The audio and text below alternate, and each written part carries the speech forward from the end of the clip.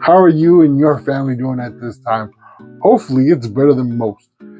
Because, to be honest, in this political climate of ours, things have torn families apart, which is really sad to see.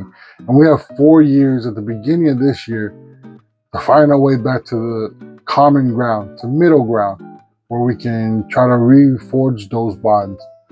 Um, it's difficult. Our path to it is going to be a hard one. But we have to be able to see each other as individuals and not as political groups. You can't just look at someone and say you're to your left and you're right. We gotta find that middle area. And to do so, we have to first identify the problem. Second, come to grips with our reality. And three, recognize what we be if we don't come together. One of the main issues is everyone hears the same thing differently. And that leads to a big barrier that we all have. We all have our news outlets that we are loyal to. We listen to maybe daily basis, if not weekly, to find out what's going on in our world. Whether that is CNN, MSNBC, ABC, CBS, Fox, Daily Wire, Daily Mail. We have a certain amount of trust in these organizations. And that is the problem. It is fine to have trust and to find the general news through these outlets, but we have to be able to have our own drive to find out the truth, the whole truth. Because if we depend and continue to depend on these outlets, our vision will be slanted. It will be a bunch of horses running down a track, unable to see the rest of the field. And so that leads me to my very first point. And that is, what information should be trusted? Everyone is guilty of this, whether you consider yourself slanted to one side or another. You have your sources, which is completely fine. But we also have something called the internet nowadays. And we cannot just depend primarily on a person on the other side of the screen telling you what you should know and what you should believe. Things can be twisted one way or another,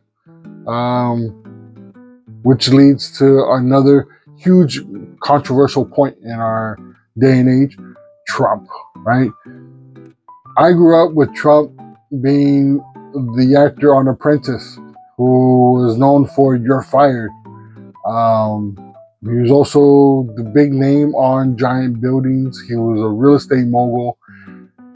And for most of my life, he was a well-known Democrat, and that's how he leaned. I remember him getting awards. I've seen pictures with him with numerous of famous people and political people from both sides of the aisle, mostly in the beginning with Democrats. And then at some point he changed his mind and went the other route.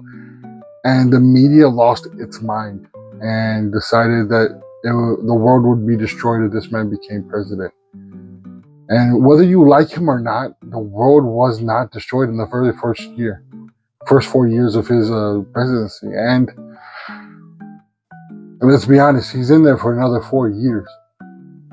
It's not the end of the world unless we continue to divide ourselves the way we are today. So my proposal is within these next 4 years, we try to find that middle ground. And by the time we have our next political presidential race, we can see from both sides. I feel that the country has lacked empathy in a huge part. Polls from the United States showed that back in 2018, 45% of Americans had a great deal to a fair amount of trust in our media. And that plummeted down to about 32% having trust in the media now in 2023 to 2024. Those numbers continue to stay around 30. That just goes to show that people have started to lose trust in these media outlets, that And as we should always be skeptical of what is being said and what is trying to be pushed on us. Another